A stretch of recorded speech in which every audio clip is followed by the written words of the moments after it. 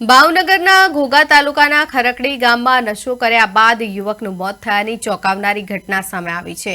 પરિવારજનોના જણાવ્યા મુજબ 2 દિવસ પહેલા ખરકડી ગામના વાડી વિસ્તારમાં 4 યુવકોએ પાર્ટી કરી હતી અને ત્યારબાદ તમામની તબિયત લથડી હતી અને તેઓ આશરે 24 કલાક સુધી બેભાન અવસ્થામાં રહ્યા હતા।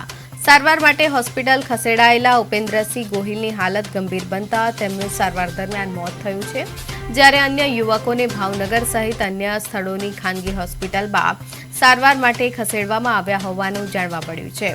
સમગ્ર મામલે યુવકોની તબિયત કયા કારણોસર બગડી અને નશો કર્યો તે અંગે તપાસ બાદ જ હકીકત સામે આવશે।